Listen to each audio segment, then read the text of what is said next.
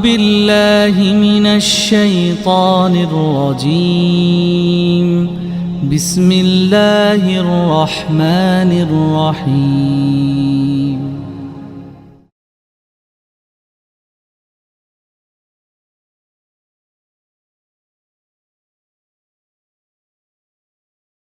Alhamdulillahirabbil alamin.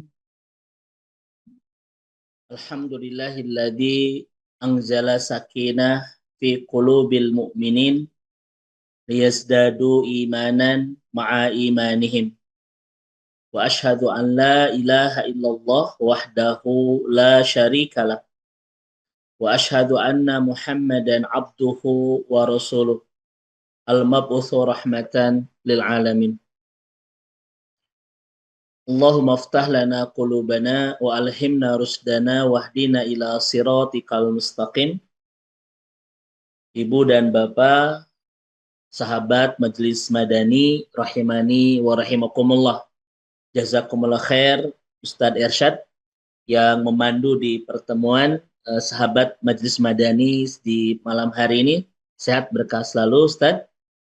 Juga gurunda tercinta Ustadz Dudi Mutakin yang tadi sudah memberikan pengantar yang sangat indah sekali, renungan yang sangat mendalam. Kita doakan mudah-mudahan gurunda tercinta, guru kita semua Ustadz Dudi senantiasa dalam kesehatan untuk terus menebarkan ilmunya, membimbing kita semua untuk bisa bersama-sama masuk dalam orbit-orbit kebaikan. Juga hadir bersama kita para asatidah al-kiram al-afadhil, ada Ustadz Hashim, Barakallahu Fik, Gurunda, juga ada Prof. Azali, Prof. Iva, guru-guru kita semua, ada Bunda Lia, Dr. Dele, dan Bapak Ibu yang lain yang tidak bisa saya sebut satu persatu ya, karena kebanyakan, Masya Allah. Mudah-mudahan semuanya dalam kesehatan, kebaikan, keberkahan. Puji syukur hanya milik Allah. Mudah-mudahan pertemuan iman kita di malam hari ini bersama guru kita tercinta Ustadz Dudi Mutakin dalam kajian Majelis Madani, Allah catat menjadi bagian terbaik dari amal soleh kita, bagian terindah dari ampunan dosa kita, dan semoga menjadi bagian tersempurna dari cara Allah memantaskan kita semua untuk menjadi hambanya yang layak mendapatkan hasanah fid dunya dan hasanah fil akhirah. Bapak Ibu, keluarga besar Majelis Madani, rahimani wa rahimakumullah. Kajian kita hari ini, malam hari ini cukup ringan saja, tidak membahas tafsir Ustadz Irsyad, tetapi tadabbur saja. Bagaimana kita bisa mengambil ibroh dari nama-nama manusia yang disebut oleh Allah di dalam Al-Quran. Ini pun mungkin saya sedang ingin istifadah dari salah satu guru tercinta kita, Ustadz Aceng Jakaria, Allahu Yarham, ya, karena beberapa pemahaman kajian beliau saya tuangkan di pertemuan malam hari ini. Sebagai mungkin Bapak Ibu sudah kangen ya dengan kajian-kajian yang dulu selama beliau masih ada menyampaikan kajian-kajian di Kota Bandung ya. Baik, Bapak Ibu yang Allah rahmati dan Allah berkahi, kalau kita lihat di dalam Al-Quran, setidaknya Allah Subhanahu wa Ta'ala itu memanggil manusia itu dengan 5 nama. Ini disepakati juga oleh banyakkan oleh para ahli tafsir. Jadi Allah Subhanahu wa Ta'ala itu menyebut manusia di dalam Al-Quran dengan 5 nama. Yang pertama Al-Basharu, yang kedua Al-Insu, yang ketiga Al-Insanu, yang keempat An-Nasu, dan yang kelima Bani Adam. Inilah 5 nama manusia yang Allah sebut di dalam Al-Quran. Dan ternyata Bapak Ibu sekalian, ini renungan tadabbur saja. Ternyata 5 nama manusia ini memiliki ittijah atau dalam bahasa kita makna dan falsafah yang berbeda itu. Kenapa Allah menyebut manusia dengan al-bashar? Tapi di ayat lain Allah menyebut manusia dengan al-insan. Di ayat yang lainnya Allah pun menyebut kita dengan al-insu, an-nas, dan bani Adam. Dan hari ini saya akan membedah beberapa pendapat dari ahli bahasa Imam Al-Juzazi, Imam Al-Jurzani, dan lain sebagainya untuk diambil makna falsafah. Kenapa Allah Subhanahu wa taala sampai menyebut manusia di dalam Al-Qur'an dengan 5 nama. Memang ini salah satu keindahan bahasa Arab Bapak Ibu sekalian ya. Masya Allah. Untuk menyebutkan satu istilah dengan beberapa nama, karena nama-nama ini memiliki ittijah makna yang berbeda. Contoh sederhana misalnya Ustaz Hashim ya, mohon izin. Kenapa dalam bahasa Arab telunjuk itu disebut dengan sababatun ya. Sababatun itu artinya telunjuk. Ternyata kita menemukan makna dalam bahasa Arab telunjuk dengan disebut sababatun li'anna syabba yasubus sababah. Karena memang sabba yasubut itu artinya adalah mencaci maki Bapak Ibu ya, nyarekan. Makanya alat yang tepat buat nyarekan batur adalah telunjuk. Kan itu sekalian ya. Jadi kita tidak etis kalau kita nyarekan orang itu dengan jempol Bapak Ibu ya. Begitu ya. Dengan ibham. Ini salah satu ya. Ini keindahan bahasa Arab Bunda Lia ya, Masya Allah. Kenapa telunjuk disebut sababa? Li'anna sabba yasubu sababa itu artinya adalah memarahi, menyuruh hati-hati, atau bisa juga ya tadi itu ya nyarekan batur. Maka Bapak Ibu ya ketika kita nyarekan batur, telunjuknya. Ini yang paling tepat ya. Karena dengan jari yang lain, dengan jempol, dengan kelingking itu tidak tepat. Nah ini Ibu dan Bapak, mari hari ini akan kita bedah. Tetapi sekali lagi ini sederhana saja, tidak sampai ke kajian tafsir yang sangat mendalam. Karena khawatir Bapak Ibu ya, kalau kajian tafsirnya mendalam, ini sudah mau jam setengah 9, khawatir baru 15 menit Bapak Ibu sudah ke Sidratul Muntaha ya.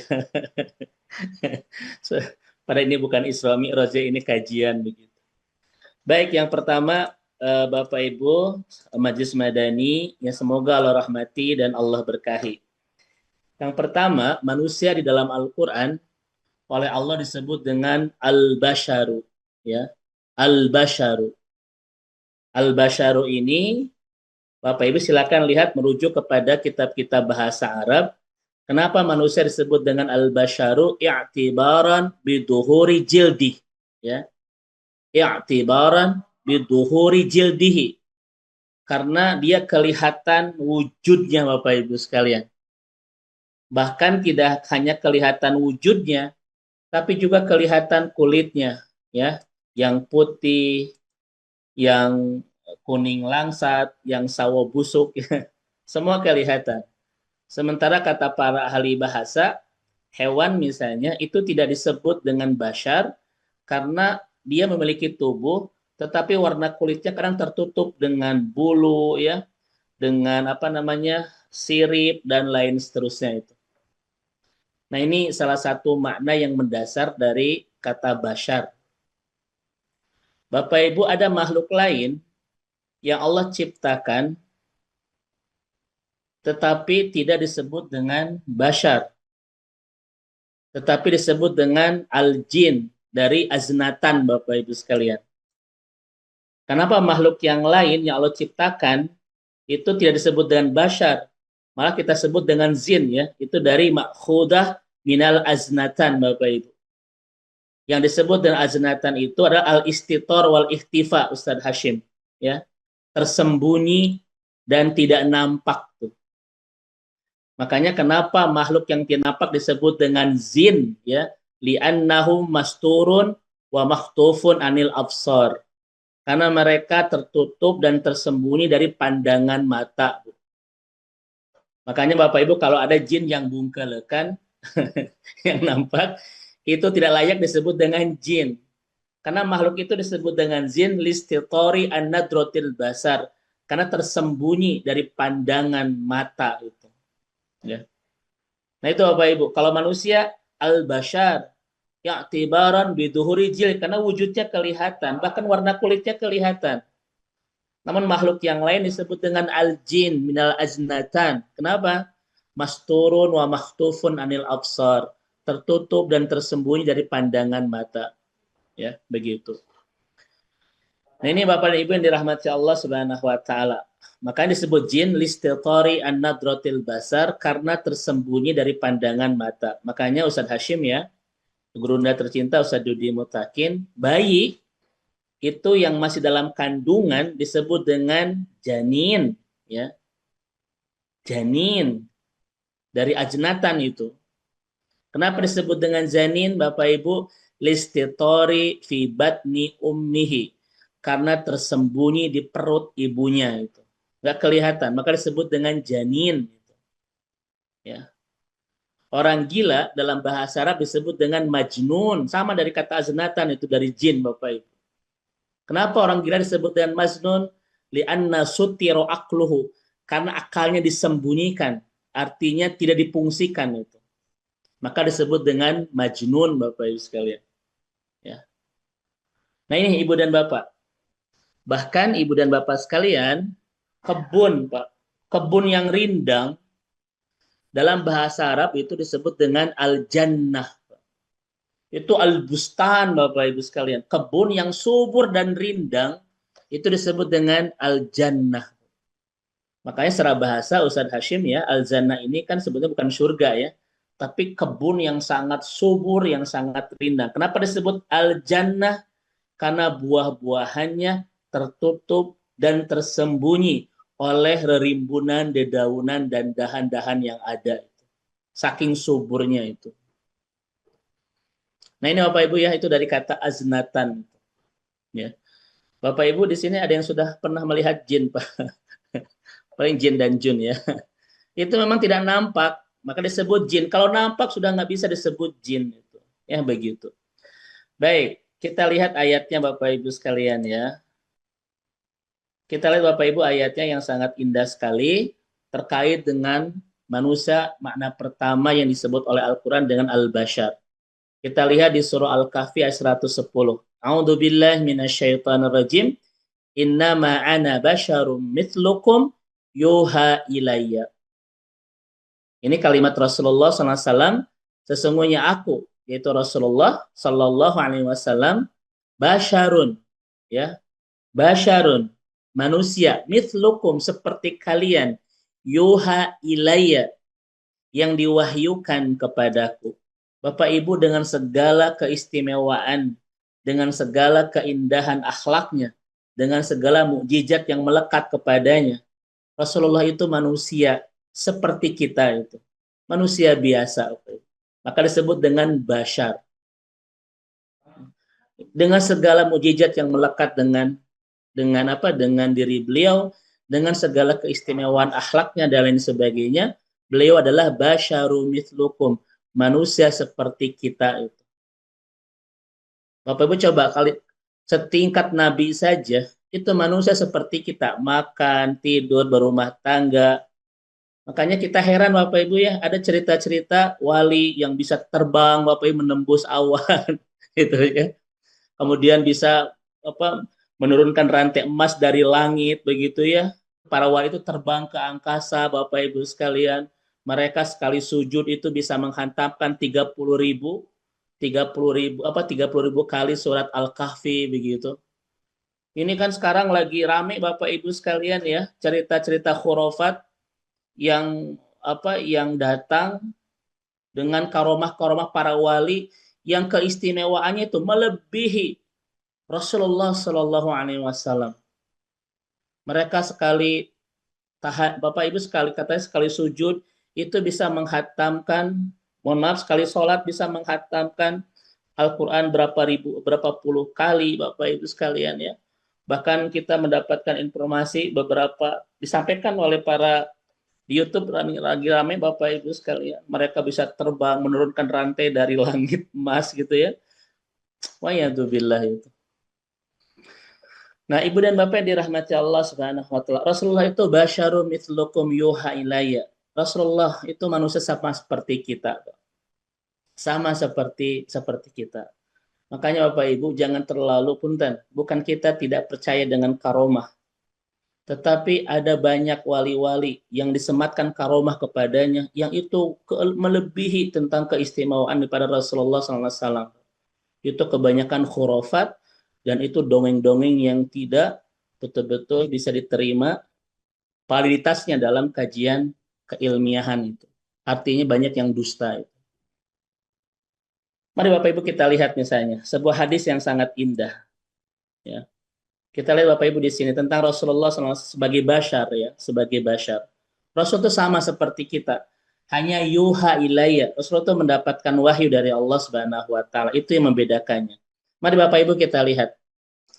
Ini ada sebuah kisah dalam hadis yang sangat panjang diriwayatkan oleh Imam Bukhari, Imam Muslim dan Imam An-Nasa'i ya. Jadi Bapak Ibu ada datang 3 orang ila buyuti azwajin Nabi ke rumah istri Rasulullah Shallallahu Alaihi Wasallam dan beberapa ahli syarah mengatakan ke rumahnya Aisyah. Datang 3 sahabat Nabi ke rumah Aisyah. Yas'aluna an ibadatin Nabi. Mereka bertanya tentang bagaimana ibadah Rasulullah itu. Bagaimana ibadah Rasulullah itu? Falamma ukhbiru ka'annahum taqallauha. Maka ketika Aisyah menceritakan tentang ibadahnya Rasulullah, mereka itu menganggap kayak ringan, Pak. Kayak nggak ada yang spesial gitu, Ustaz Hashim. Wa qalu aina nahnu minan nabi. Kemudian mereka mengatakan di mana posisi kami ya dibandingkan Rasulullah SAW. Kenapa? Wa qad ghufira lahu ma taqaddama min danbi wa ma ta'akhir. Sementara Nabi itu kan dosanya sudah diampuni, dosa yang sebelumnya dan yang akan datang itu. Kalau Nabi gitu-gitu saja ibadahnya, lalu kami gimana? Gitu. Ini kata 3 sahabat ini, Bapak Ibu ya. Nabi itu sudah Allah ampuni dosa-dosanya, baik yang sudah lalu maupun yang akan datang. Lalu kalau kami ibadah seperti itu, nanti kami bagaimana? Kami tidak ada jaminan dapat ampunan. Maka seorang sahabat yang pertama mengatakan apa Bapak Ibu sekalian? Qala ahaduhum anna fa usalli laila abadan. Yang pertama bilang, aku akan sholat malam selamanya, tidak akan tidur itu. Ini kata sahabat yang pertama. Sahabat yang kedua, wa anna asumud dahra abadan wala uftir. Saya akan saum selamanya dan saya tidak akan pernah berbuka itu. Dan yang ketiganya mengatakan apa? Wa anna a'tajilun nisa fala atazawwaju abadan. Saya tidak akan pernah, saya akan menjauhi perempuan dan tidak akan nikah selamanya in fokus ibadah. Ini 3 sahabat Nabi menyampaikan hal itu kepada Aisyah. Kenapa Bapak Ibu sekalian? Karena mereka kalau Nabi ibadahnya begitu, Nabi sudah diampuni dosa-dosanya. Kalau saya ibadah seperti Nabi, bagaimana gitu? Maka yang pertama mengatakan, saya akan sholat malam selamanya, tidak akan tidur. Yang kedua mengatakan, saya akan saum terus dan tidak akan pernah berbuka. Dan yang ketiga mengatakan, ana atajilun nisa, fala atazawwazu abadan. Saya akan menjauhi perempuan dan tidak akan pernah nikah selamanya. Kemudian Bapak dan Ibu sekalian, kemudian faza'a Rasulullah ilaihim. Jadi hal itu disampaikan informasinya kepada Rasulullah Sallallahu Alaihi Wasallam. Rasul marah Bapak Ibu sekalian. Antum alladzina qultum kadza wa kadza. Kalian yang tadi mengatakan demikian itu, apa kata Rasulullah? Amma wallahi inni la ahsyakum lillahi wa atqakum lahu. Demi Allah, akulah yang paling bertakwa dan paling takut kepada Allah Subhanahu wa taala. Lakinni asumu wa uftir. Tetapi aku saum, aku pun tidur, aku pun buka. Wa usalli wa arkud. Aku pun sholat, kemudian aku pun tidur. Wa atazawajun nisa, dan aku pun menikah dengan perempuan. Ini kata Rasulullah itu untuk mengkanter sahabat-sahabat yang tadi mengatakan demikian Bapak Ibu. Saya akan sholat malam selamanya, tidak akan pernah tidur. Yang kedua, saya akan terus saum dan tidak akan pernah berbuka. Dan yang ketiga, saya akan ibadah terus. Dan saya akan jauhi perempuan, karena saya akan fokus ibadah. Nabi marah dan kata Nabi, aku yang paling bertakwa dan paling takut kepada Allah. Tapi asummu wa uftiru wa usalli wa arkudu Wa atazzawajun nisa. Aku saum, aku pun buka. Kemudian aku apa tadi? Aku sholat, aku pun tidur, aku pun ibadah, tapi aku pun menikah dengan perempuan. Ini menunjukkan apa Bapak Ibu sekalian? Menunjukkan bahwa ketika kita ibadah, Pak, betul-betul tidak usah tasyadud atau al-ghulu fil ibadah. Tidak boleh berlebihan, tidak boleh ekstrim dalam melaksanakan ibadah. Nabi juga demikian loh ibadahnya. Nabi saum, Nabi buka, Nabi sholat, Nabi tidur, Nabi pun menikah dengan perempuan. Nah ini Bapak Ibu kisah tentang Nabi pun manusia biasa seperti kita, makan, tidur dan lain seterusnya. Ya, ana basyarum mislukum yuha ilayya. Nah, bahkan Bapak Ibu sekalian, karena Nabi itu manusia biasa seperti kita, hanya perbedaannya Nabi itu mendapatkan wahyu. Maka nanti dalam kajian usul fikih, Pak, ada perbuatan Nabi yang disebut dengan amrun jibiliyah. Nanti Bunda Lia ada bahasan Nabi itu manusia seperti kita, maka nanti perbuatan Nabi itu dibagi banyak. Ada 4 bagian, diantaranya amrun jibiliyah atau amrun jabaliyah. Apa amrun jabaliyah itu Bapak Ibu? Perbuatan Nabi yang tidak ada ketentuan harus diikuti oleh kita itu. Ada Bapak Ibu sekalian. Ada perbuatan Nabi yang tidak usah kita ikuti karena itu adalah amrun jibiliyah namanya atau amrun jabaliyah. Contoh apa Bapak Ibu sekalian? Contohnya Nabi itu mengedipkan mata sehari atau 1 jam berapa kali. Kita nggak usah ikut Bapak Ibu. Kita nggak usah nyari-nyari hadisnya. Nabi itu 1 jam itu ngicip itu seberapa kali Bapak. Tidak ada. Kan itu namanya amrun jibiliyah Ustaz Hasyim ya. So Bapak Ibu bagaimana kalau begini? Kita dapat informasi.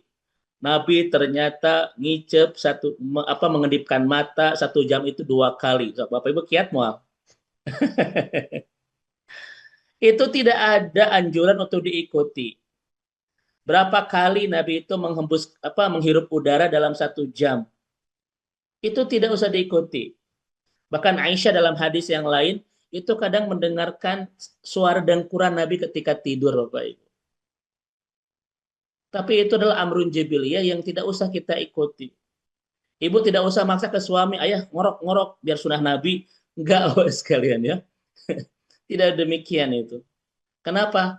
Karena Nabi itu basyaru mislukum, sama seperti kita.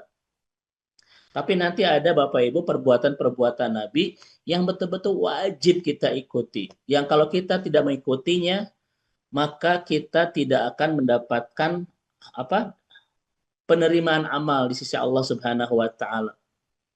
Bahkan nanti ada perbuatan Nabi yang haram kita ikuti Bapak Ibu. Ada perbuatan Nabi yang haram kita ikuti. Ya. Tidak hanya perbuatan Nabi itu tidak usah kita ikuti yang disebut amrun jabiliyah. Ada perbuatan Rasulullah Shallallahu Alaihi Wasallam yang haram kita ikuti. Yaitu adalah kekhususan Rasulullah Shallallahu Alaihi Wasallam seperti saum wisal kan, menikah lebih dari 4 Bapak Ibu ya. Itu adalah kekhususan Rasulullah yang tidak usah kita ikuti. Artinya Ibu dan Bapak sekalian, Rasulullah ternyata orang yang paling bertakwa dan paling takut kepada Allah. Tetapi ketika melaksanakan ibadah al-basit Bapak Ibu, tidak ekstrim ya, tidak harus sampai tasyadud begitu. Nabi saum, Nabi juga berbuka. Nabi sholat, Nabi juga tidur. Nabi ibadah, Nabi pun Nabi pun menikah dengan wanita. Ya. Makanya sahabat-sahabat yang 3 tadi ditegur oleh Nabi, Bapak Ibu sekalian, karena mereka akan melaksanakan ibadah ekstrim itu ya. Nah itu. Nah ini yang pertama Bapak Ibu, ibroh dari Bashar, nama manusia pertama yang disebut oleh Allah di dalam Al-Quran. Ya. Baik, yang kedua, Ibu dan Bapak yang semoga Allah rahmati dan Allah berkahi. Nama manusia yang kedua yang disebut oleh Al-Quran adalah Al-Insu, Bapak Ibu. Ya, Al-Insu. Sebagaimana kita temukan di surah, silakan Bapak Ibu lihat, Az-Zariyat ayat 56. Wa ma khalaqtul jinna wal insa illa liya'buduni. Di ayat ini Allah menyebut manusia dengan insu. Apa makna insu itu? Silakan Bapak Ibu merujuk kepada kitab bahasa Arab. Al-insu itu khilafun nufur, berbeda dengan nufur. Apa arti nufur? Nufur itu keras, Bapak Ibu ya. Nufur itu keras, tidak tahu berterima kasih, tidak ramah, dan lain sebagainya. Itu artinya nufur. Makanya insu itu Bapak Ibu makhluk yang sangat lembut, yang sangat ramah, yang mudah berterima kasih, senang dengan kebaikan, dan mudah melaksanakan ketaatan. Itu namanya insu. Annaha mushtaqah minal insi awil winsu wal ulfah bisababi anal insan. Bapak Ibu sekalian ya. Jadi artinya kenapa manusia disebut dengan insu? Dia itu ulfah, lembut gitu ya. Senang ketika diberikan kebaikan, mudah untuk berterima kasih. Senang dengan kebaikan, senang dengan ketaatan. Itu namanya insu. Mari kita lihat Bapak Ibu sekalian di surah Az-Zariyat ayat 56. Wa ma khalaqtul jinna wal insa illa liya'budun. Allah, kata Allah, aku tidak menciptakan jin dan manusia kecuali untuk beribadah kepadaku. Tapi di ayat ini Allah menyebut manusia dengan insu, yaitu makhluk yang ramah, mudah berterima kasih, senang dengan kebaikan, dan mudah melaksanakan ketaatan. Saya tanya kepada Bapak Ibu sekalian, ini untuk menafsirkan surat Ad-Dariyat 56. Ada seorang ayah Pak, punya anak yang soleh. Punya anak yang soleh. Kata si ayah ini, nak tolong beli sesuatu di warung. Nanti Bapak kasih hadiah iPhone 17 Pro Max lah begitu. Sama sekalian ya. Pertama Bapak Ibu, yang nyuruhnya adalah ayahnya. Menyuruh kepada anaknya yang soleh. Suruhannya Bapak Ibu itu ringan, hanya ke warung beli sesuatu. Tapi diberikan hadiah iPhone 17 Pro Max. Kira-kira si anak ini nurut gak Bapak Ibu? Kira-kira nurut gak? Pasti nurut kan? Allah yang menciptakan kita punya hamba yang soleh. Kata Allah, wahai hambaku, sholatlah. Ringan Bapak Ibu. Nanti aku beri surga loh. Kira-kira hamba ini mau nggak Bapak Ibu sekalian? Siapa yang menyuruhnya? Allah pencipta alam semesta yang menciptakan kita. Siapa hambanya? Kita yang soleh ini. Suruhannya ringan, sok sholat. Nanti aku berikan kau surga. Kira-kira Bapak Ibu nurut gak? Pertanyaannya, kenapa banyak yang tidak nurut? Padahal manusia itu diciptakan insu, mudah ibadah, mudah melaksanakan ketaatan kepada Allah. Kenapa banyak Bapak Ibu yang tidak mau nurut sama Allah? Padahal tidak ada perintah Allah itu yang berat. Semuanya Bapak Ibu sekalian sesuai dengan kemampuan kita. Nggak ada yang berat. La yukallifullahu nafsan illa usaha. Allah yang menyuruh kita, kitanya adalah hambanya yang soleh, suruhannya adalah ringan, pahalanya adalah surga. Seharusnya mau tidak? Mau. Tapi kenapa banyak yang tidak mau, Pak? Ternyata kata para ulama, ada yang rusak pada dari fitrah insunya itu. Karena kalau manusia itu fitrah insunya Bapak Ibu sekalian bersih, dia akan mudah melaksanakan ibadah kepada Allah karena Allah menciptakan dia yaitu menjadi hamba yang seharusnya mudah ibadah, senang dengan kebaikan. Tapi kenapa banyak yang tidak mau? Ada yang rusak Bapak Ibu dengan fitrah insunya itu. Kata Ibnu Qayyim, yang merusaknya itu adalah dosa Bapak Ibu. Ya. Nanti Bapak Ibu nanti bisa cek di kitab Ibnu Qayyim Al-Jauziyah. Saya punya lengkap semuanya, koleksi 87 jilid ya. Semua karya Ibnu Qayyim Al-Jauziyah. Ada satu kitab beliau yang membahas bab ini. Judulnya Ad-Da'u wad-Dawa. Hampir 50 efek buruk dosa terhadap kehidupan manusia. Dan ternyata Bunda Lia, salah satu efek buruk dari dosa yang kita lakukan adalah do'ful amal. Kita berat melaksanakan ibadah itu. Itu kata Ibnu Qayyim al-Jauziyah. Seharusnya manusia itu mudah melaksanakan ibadah karena dia insu. Tapi kenapa ada yang berat? Itu pasti ada yang rusak dengan fitrah insunya. Dan ternyata kata Ibnu Qayyim, perusaknya adalah dosa itu. Makanya Bapak Ibu, saya tanya kepada Bapak Ibu sekalian, bisa nggak kita mengukur sebanyak apa dosa kita? Ternyata Bapak Ibu, kita ini bisa mengukur sebanyak apa dosa kita. Kata Syekh Ratib An-Nablusi, caranya adalah bagaimana perasaan kita ketika melaksanakan ibadah. Senang, gembira, ringan, haram atau rudet, Bapak Ibu. Itu ya. Itu ya. Ya itu. Misalnya Bapak Ibu ya, ketika kita datang momentum ibadah, kita rudet ya, kita haroream, itu bukan karena ibadahnya berat, tetapi ada dosa yang membuat ibadah kita berat gitu. Tidak ada ibadah yang berat. Bahkan kita diciptakan oleh Allah makhluk yang mudah ibadah, al-insu. Maka ibu dan bapak sekalian, sebanyak apa kita berbuat kehilapan, maka seberat itulah kita berbuat ketaatan. Salam Bapak Ibu ya. Sebanyak apa kita berbuat kemaksiatan, seberat itulah kita berbuat ketaatan. Karena kata Ibnu Qayyim al-Jauziyah rahimahullah, salah satu efek buruk dari dosa adalah do'ful amal, membuat kita berat melaksanakan ibadah kepada Allah. Ketika Bapak Ibu bangun jam 3 pagi Pak ya, untuk tahajud haroream. Kemudian berangkat subuh ke masjid ya, Bapak Ibu ya malas.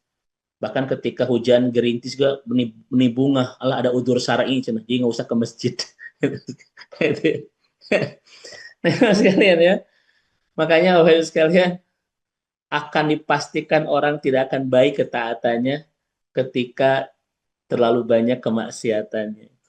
Nah itu ya, wa ma khalaqtul jinna wal insa illa liya'budun. Ya.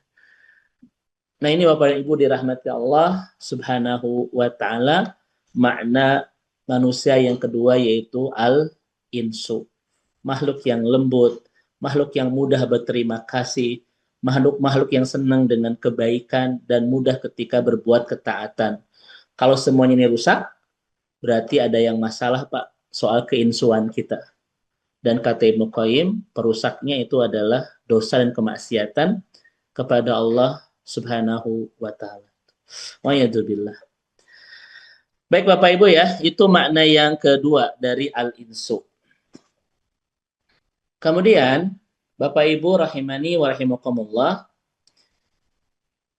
makna manusia yang kedua, tiga, yang disebut oleh Al-Quran adalah al-insan. Al-insan. Al-insan ini, Bapak Ibu sekalian, sebagian ulama mengatakan, limada sumiyal insan, al-insan, li'annahu kasrotun nisyan. Manusia disebut insan karena banyak lupa. Sekalian ya. Sumiyal insan, kasrotun nisyan. Disebut insan karena banyak lupa. Saya tanya kepada Bapak Ibu, ada berapa nama Al-Quran dalam Al-Quran? Nama Al-Quran itu ada 4. Al-Quran, Al-Kitab, Al-Furqan, Ad-Dzikru. Ini nama-nama Al-Quran dalam Al-Quran. Kadang Allah menyebut dengan Al-Quran. Kadang menyebut dengan Al-Kitab. Kadang Allah menyebut dengan Al-Furqan. Dan kadang Allah menyebut dengan Ad-Dzikru. Empat-empatnya itu punya makna yang berbeda-beda Bapak Ibu. Kenapa Al-Quran disebut dengan Al-Quran? Karena dia dibaca. Kenapa disebut dengan Alkitab? Karena dia tertulis. Kenapa disebut dengan Al-Furqan? Karena dia pembeda mana hak, mana batil, mana benar, mana salah, mana haram, mana halal. Maka orang yang dipandu oleh Al-Quran, dia punya Furqan Bapak Ibu. Bisa membedakan mana benar, mana salah, dan lain seterusnya. Dan nama Al-Quran terakhir dalam Al-Quran itu disebut dengan Adzikru, pengingat. Ya. Nah ini menarik Ustadz ya, Ustadz Hashim. Manusia disebut al-insan dan Al-Quran disebut adzikru. Gitu kan? Al-Quran disebut adzikru, pengingat, karena manusianya al-insan, pelupa. Gitu. Ini menarik Bapak Ibu sekalian ya. Al-Quran disebut ad-dzikru, pengingat. Karena manusianya al-insan, pelupa. Makanya kalau manusia tidak bersama Al-Quran, banyak yang akan lupa dalam kehidupannya. Lupa amalnya dicatat. Lupa seluruh kata-katanya itu dicatat oleh malaikat. Lupa bahwa dia itu sebentar lagi akan pulang ke akhirat. Lupa bahwa dia itu akan disiapkan neraka dan surga. Banyak yang lupa Bapak Ibu dengan semua itu ketika kita tidak dekat dengan Al-Quran. Makanya Ustadz, bagaimana supaya saya ini senantiasa ingat kenapa Allah menciptakan kita di dunia. Kita nanti akan pulang kemana. Bagaimana cara Allah itu menghisap semua amal-amal kita selama di dunia. Agar kita seingat itu semua, Bapak Ibu, jangan pernah jauh dari Al-Quran, ad-dzikru, pengingat. Maka lihat Bapak Ibu, orang-orang yang banyak tidak berhubungan dengan Al-Quran. Pasti banyak lupanya itu. Ya kan? Lupa bahwa yang akan dibawa di akhirat itu cuma ini dan itu, Bapak Ibu ya. Lupa bahwa setiap waktu itu betul-betul akan dimintai saksi kelak di akhirat. Lupa bahwa Allah sudah menyiapkan surga dan neraka untuk membalas semua amalnya. Banyaknya lupa dengan semua itu gara-gara apa? Gara-gara kita tidak dekat dengan al-dzikru, pengingat, yaitu Al-Quran. Namun di hari ini Bapak Ibu, kita akan membedah bahasan kedua tentang makna insan. Apa kata para ahli bahasa Arab? Kenapa manusia disebut insan? La qiwama lahu ila ba'dohum bi ba'din. Manusia disebut insan karena tidak bisa tegak sendirian kecuali membutuhkan bantuan yang lain. Itu manusia. Mungkin dalam bahasa ilmiahnya disebut dengan zone political, apa Bapak Ibu? Makhluk sosial Bapak Ibu ya. Itu insan, la qiwama lahu ila ba'dahu bi ba'din. Dia tidak bisa hidup sendirian. Dia bisa tidak tegak sendirian kecuali membutuhkan yang lain. Itu manusia Bapak Ibu sekalian. Bahkan orang itu kan makin kuat, makin membutuhkan banyak orang kan. Makin kaya, makin membutuhkan banyak orang. Gak ada di antara kita yang bisa sendirian Bapak Ibu sekalian. Contoh Bapak Ibu kita makan, gak bisa sendirian. Makan itu kan nanti ada ikannya, ada nasinya. Itu bisa nggak kita Bapak Ibu adakan satu persatu tanpa bantuan orang lain? Nggak bisa. Betul kan? Itu disebut dengan insan. Kira-kira kalau Bapak Ibu, kita biarkan anak ayam di hutan, kira-kira hidup tidak Bapak Ibu? Anak ayam kita lepas di hutan, hidup tidak? Hidup. Coba bayi kita lepas di hutan, hidup gak Bapak sekali? Aduh, itu manusia Bapak Ibu ya. Manusia itu tidak bisa sendirian kecuali membutuhkan yang lain. Makanya kita lihat ayatnya sangat indah sekali. Ini Bapak Ibu sekalian. Ayat di sini betul-betul Allah mengatakan kepada kita, manusia itu tidak bisa sendirian. Hatta untuk ke surga pun dia butuh orang lain. Mari kita lihat di surat ya ini yang Bapak Ibu sudah hafal semua ya, surat Al-Asr ini. Ini menunjukkan bahwa untuk ke surga saja kita membutuhkan bantuan orang lain. Allah mengatakan wal asri innal insana lafi khusrin. Demi waktu asar. Pak asar itu, asaro Bapak Ibu, itu artinya adalah menekan. Artinya asaro itu seperti Bapak Ibu menyelam, tabung gas oksigennya sudah menipis. Kira-kira akan segera muncul ke permukaan tidak? Nah itu namanya asaro, waktu asar Bapak Ibu. Seperti orang yang sedang menyelam ke dalam lautan, tapi tabung oksigennya sudah menipis. Apakah dia akan lama-lama di kedalaman atau segera muncul ke permukaan? Pasti muncul ke permukaan Bapak Ibu ya.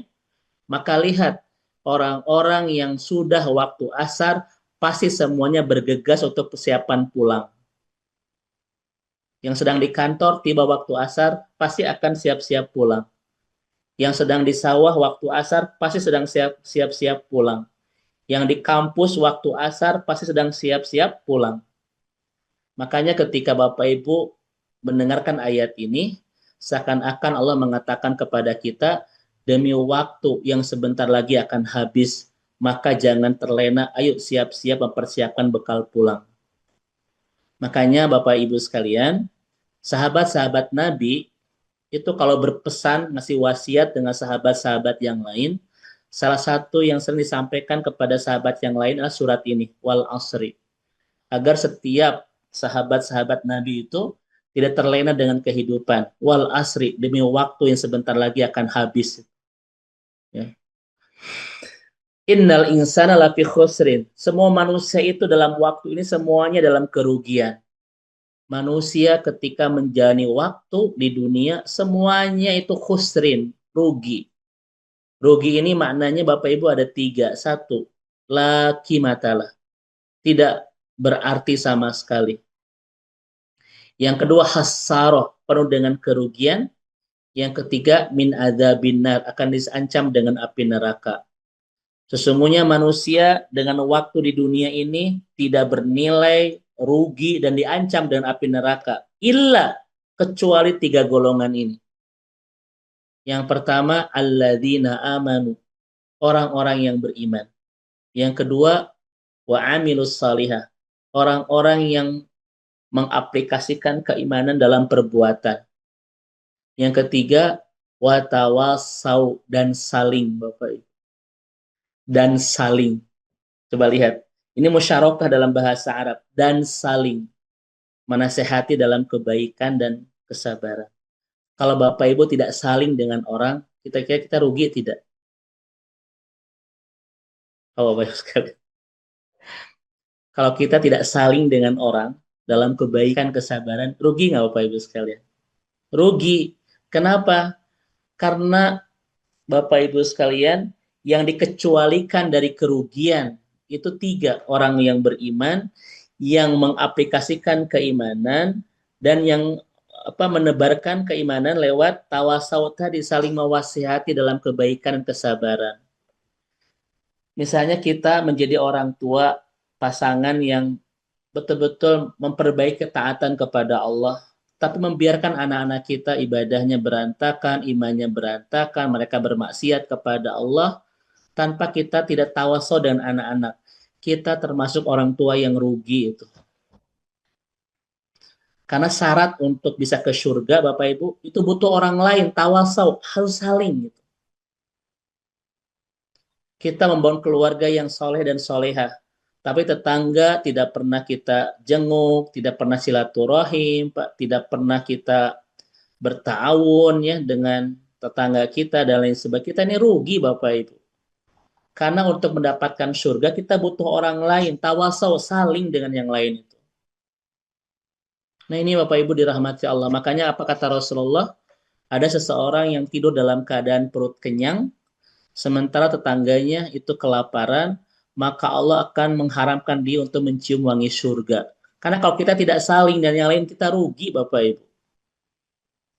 Saya tanya ibu-ibu di sini, ibu sholat tahajud, kemudian setelah tahajud ibu sholat subuh, kemudian tilawah, tapi tidak nyuruh suami ke masjid untuk sholat berjamaah, ibu dapat dosa tidak?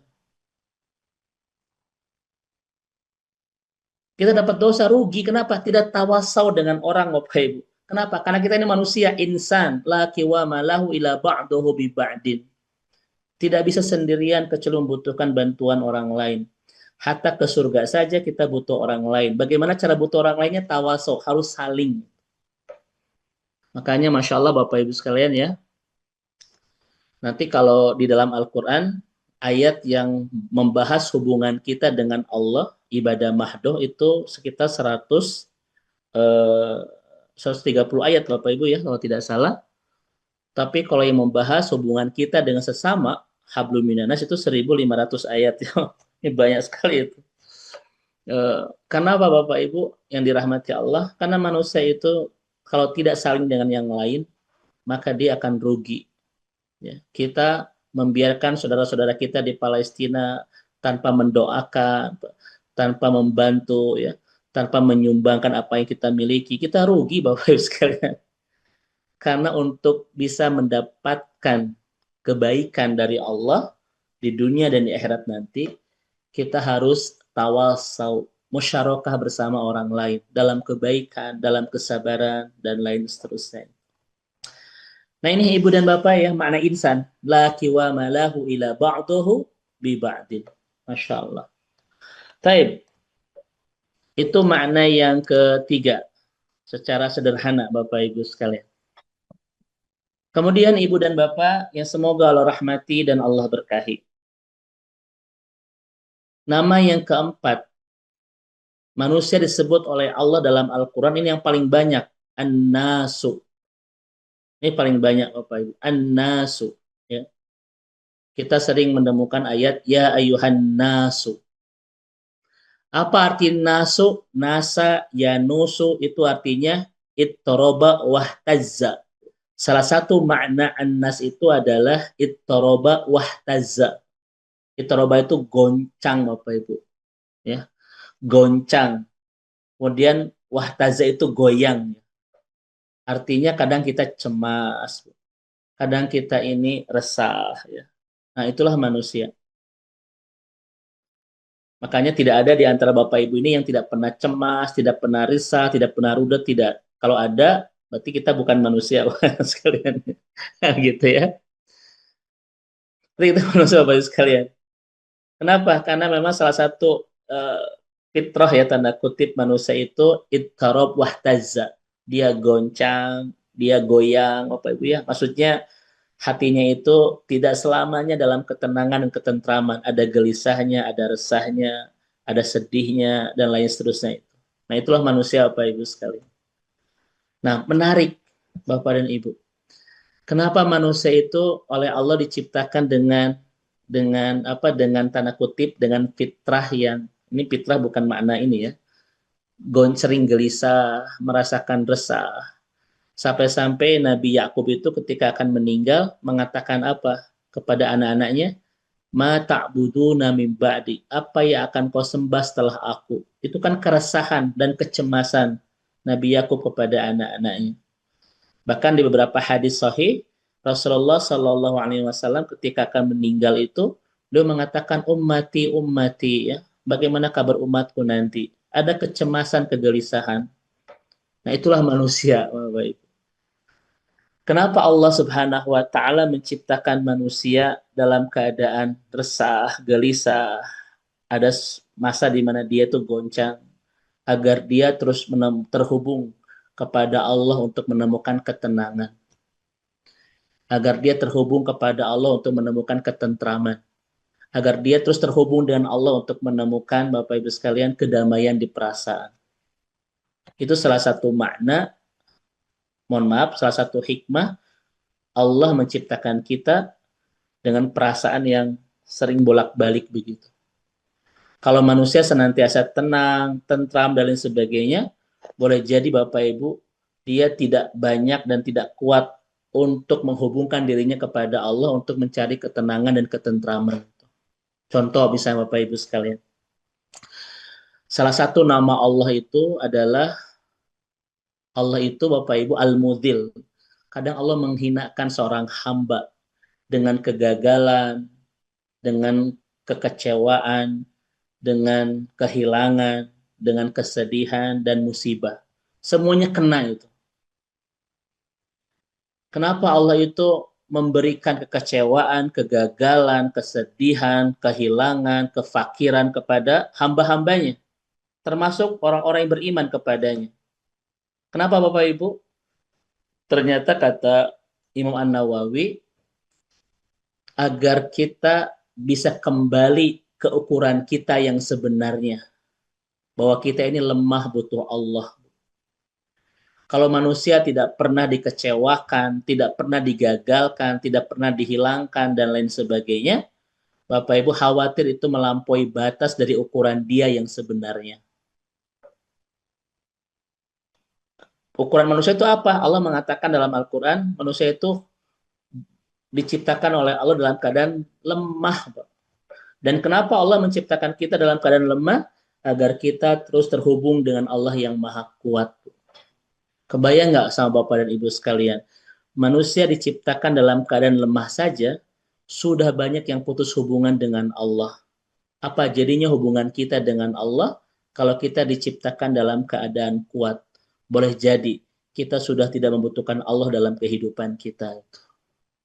Sama seperti An-Nas, itu ittaroba, goncang manusia itu. Gelisah, resah. Kenapa? Agar dia terus terhubung dengan Allah untuk menemukan ketenangan, ketentraman, dan kedamaian perasaannya. Andaikan manusia tidak pernah goncang, tidak pernah gelisah, tidak pernah resah, tidak pernah sedih, Pak, boleh jadi sudah yang banyak putus hubungan dengan Allah, bahkan sudah banyak yang lupa Allah dalam kehidupannya. Itu An-Nas, Bapak Ibu sekalian. Ya, Masya Allah itu.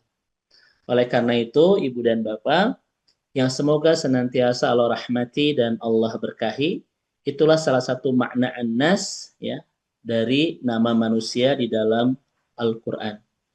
Disebut Bashar karena kelihatan wujudnya, disebut Insu karena ini makhluk yang sangat lembut, mudah berterima kasih, senang dengan kebaikan, dan mudah melaksanakan ketaatan. Kenapa disebut dengan al-insan? Laki wa malahu ila ba'duhu bi ba'din. Karena tidak bisa sendirian kecuali membutuhkan bantuan yang lain. Maka 1.500 ayat Bapak Ibu dalam Al-Quran itu membimbing bagaimana cara kita berinteraksi dengan yang lain. Untuk bahagia, kita butuh orang lain. Contoh, as'adunas lias adanas. Orang yang paling bahagia itu orang yang mudah membahagiakan. Berarti kalau kita ingin bahagia, butuh orang lain, Bapak Ibu ya. Butuh orang lain. Kalau kita tidak membahagiakan orang lain, kita tidak akan bisa bahagia. Karena kebahagiaan milik orang-orang yang mudah membahagiakan. Ini adalah kisah tentang Rasulullah dengan Ummu Salamah. Saya tidak akan sebutkan kisahnya karena panjang, tetapi Nabi memberikan pelajaran terbaik kepada kita, as'adunas lias adanas. Orang yang paling bahagia itu adalah orang yang mudah membahagiakan. Maka sebanyak apa, Bapak Ibu, orang-orang yang kita bahagiakan, sebanyak itulah kebahagiaan yang akan kita dapatkan. Makanya, kalau kita tidak punya program membahagiakan orang lain, maka kita sulit untuk menemukan kebahagiaan. Karena kebahagiaan bagi orang-orang beriman terlahir dari seni ketika dia mudah membahagiakan orang lain. Ini dengan orang, sekalian. Contoh yang lain misalnya kata Ibnu Umar bin Abdul Aziz, "Utlu bil afwa minallah bil afwi anin nas." Carilah pintu maaf Allah dengan mudah memaafkan kesalahan orang lain. Ini rahasia yang disampaikan oleh Umar bin Abdul Aziz. Kalau kita ingin dimaafkan oleh Allah, maka mudahlah memaafkan kesalahan saudara kita. Artinya Bapak Ibu, semua kebaikan-kebaikan kita sangat bergantung kepada orang lain itu. Karena manusia itu insan, tidak bisa sendirian, butuh orang lain. Ketika kita mengatakan kepada orang lain, enak saja saya maafkan, kira-kira Allah bilang apa sama kita? Mungkin Allah bilang idem, Bapak Ibu. Karena mana mungkin Allah bisa memaafkan kita kalau kita sulit memaafkan kesalahan orang. Maka kata Nabi, Allah akan menaungi seorang hamba ketika dia menaungi saudara-saudaranya. Ketika seorang hamba meringankan beban saudaranya, Allah ringankan dia beban dia dunia dan akhirat. Itu banyak hadisnya. Itulah al-insan. Masya Allah. Maka Ibu dan Bapak dirahmati Allah, semoga dengan makna insan ini kita lebih indah dalam membangun hablum minan nas. Kemudian makna yang keempat, yaitu an-nas, ittoroba, goncang, cemas, resah, gelisah. Ini menunjukkan bahwa Allah Subhanahu wa Ta'ala menciptakan kita demikian agar kita terus terhubung dengan Allah untuk menemukan ketenangan, ketentraman, dan kedamaian di perasaan kita. Kemudian Ibu dan Bapak yang terakhir ya, karena waktu saya 1 jam saja. Manusia di dalam Al-Quran disebut dengan Banu Adam atau Bani Adam. Summiya bihadal ismu atau bihadal ismi likaunihil abul awal, Bapak Ibu sekalian ya, al-manshilil basyariyah, haitsu anna kullal basyara min naslihi, Bapak Ibu asal ya. Jadi kenapa manusia disebut dengan Banu Adam, Bapak Ibu? Ya karena kita ini adalah anak-anaknya Nabi Adam alaihissalam sebagai manusia pertama yang Allah ciptakan dan kita ini datang dari keturunannya. Maka disebut dengan Bani Adam. Nah, kajiannya adalah Bapak Ibu sekalian, kajiannya adalah Adam itu diciptakan di mana Bapak dan Ibu? Adam itu diciptakan Bapak Ibu di surga ya, sebagaimana yang Allah sampaikan di dalam Al-Qur'an. Di akhirat di surga Bapak Ibu ya. Makanya ketika Allah bicara akhirat itu menggunakan dua kata. Di Al-Anbiya mengatakan kata pulang, di Al-Ghasyiyah itu menggunakan kata kembali. Ketika bicara akhirat, pulang dan kembali. Makanya orang yang wafat itu bukan orang yang telah pergi, tapi orang yang telah pulang dan orang yang telah kembali. Pertanyaannya Bapak Ibu sekalian, kenapa akhirat disebut dengan pulang dan kembali? Kata Syekh bin Baz rahimahullah, karena watnunal haqiqah fil akhirah.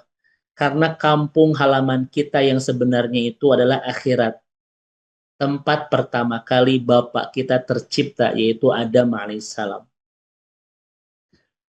Dan kata pulang, itu bukan sekedar menunjukkan kita akan kemana, tapi kita berasal dari mana. Makanya Bapak Ibu, dengan kata Banu Adam ini, seakan-akan Allah ingin mengatakan kepada kita, kampung halaman kita ini adalah surga. Tempat pertama kali bapak kita tercipta, yaitu Adam alaihissalam. Sementara di dunia ini, kita ini kata Nabi, hanya sedang berteduh dari terik matahari, Bapak Ibu. Atau sedang berteduh di bawah sebuah pohon, kemudian dia istirahat, kemudian meninggalkan pohon itu, dan tidak akan pernah kembali. Jadi seindah apapun dunia ini, dia hanya lukisan sederhana di atas kanvas yang tidak bisa menggambarkan indahnya surga. Seindah apapun dunia, kita ini cuma tamu Bapak Ibu ya, yang sebentar lagi akan pergi meninggalkan dan tidak pernah kembali. Seindah apapun dunia, kita sekedar hanya sedang berteduh saja kata Nabi, dan setelah itu kita istirahat sejenak, kemudian kita meninggalkan tempat itu dan tidak akan pernah kembali. Karena kampung halaman kita ini adalah surga. Tempat pertama kali bapak kita tercipta itu Adam alaihissalam. Maka dari renungan nama yang kelima ini Bapak Ibu, maka pastikan setiap kita itu bisa pulang kembali kampung halaman kita, yaitu surga. Ya. Coba misalnya ketika datang Lebaran, kemudian kita tidak mudik. Sedih nggak Bapak Ibu sekalian? Saking sedihnya kita mengatakan, "Duh Ustadz, si Ganama tahun ini mah abdi mau tiasa Lebaran." Nah apa mau tiasa Lebaran? Tiasa mudik. Saking sedihnya tidak bisa mudik disebut tidak bisa Lebaran itu. Ketika datang Syawal dan kita tidak bisa mudik ke kampung halaman, terasa sangat menyedihkan. Sesedih apa kalau kita tidak bisa pulang ke surga Bapak Ibu?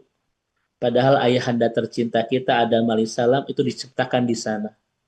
Dan di sini kita sedang mengembara saja, sedang berteduh, kemudian meninggalkan dan tidak pernah kembali. Oleh karena itu, Ibu dan Bapak yang dirahmati Allah Subhanahu wa taala, jangan terlena dengan kehidupan dunia, karena di sini kita sebentar saja, yang pada akhirnya kita akan pulang dan sudah punya jadwal kepulangan masing-masing. Semoga kepulangan kita nanti ke akhirat adalah kepulangan yang mengantarkan kita ke kampung halaman kita, yaitu surga Allah Subhanahu wa taala. Ini Bapak Ibu renungan singkat ya dari nama-nama manusia di dalam Al-Qur'an dengan makna-makna yang dijelaskan oleh para ulama. Dengan sangat singkat saya sampaikan karena keterbatasan waktu. Mungkin nanti Bapak Ibu kalau ada yang belum merasa belum puas, mungkin nanti bisa kita sampaikan di kajian berikutnya ya. Karena hari ini saya hanya mukadimah saja, membahas sekilas-sekilas tentang makna-makna nama-nama manusia dalam Al-Qur'an. Ini mungkin Ustaz Irsad saya sampaikan di malam hari ini. Wallahu a'lam bishawab.